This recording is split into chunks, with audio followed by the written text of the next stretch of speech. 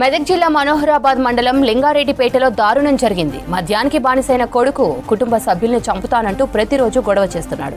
దీంతో విసిగిపోయిన తండ్రి దుర్గయ్య నిన్న రాత్రి కొడుకు శ్రీకాంత్ను గొడ్డలితో నరికి చంపాడు.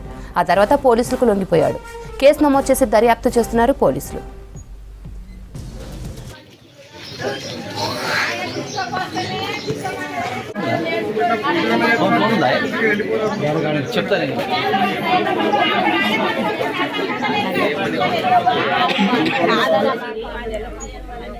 మెదక్ జిల్లా మనోహరాబాద్ మండలం లింగారెడ్డిపేటలో దారుణం జరిగింది. మద్యానికి బానిసైన కొడుకు కుటుంబ సభ్యులను చంపుతానంటూ ప్రతిరోజు గొడవ చేస్తున్నాడు. దీంతో విసిగిపోయిన తండ్రి దుర్గయ్య నిన్న రాత్రి కొడుకు శ్రీకాంత్ను గొడ్డలితో నరికి చంపాడు. ఆ తర్వాత పోలీసులకు లొంగిపోయాడు. కేసు నమోదు చేసి దర్యాప్తు చేస్తున్నారు పోలీసులు.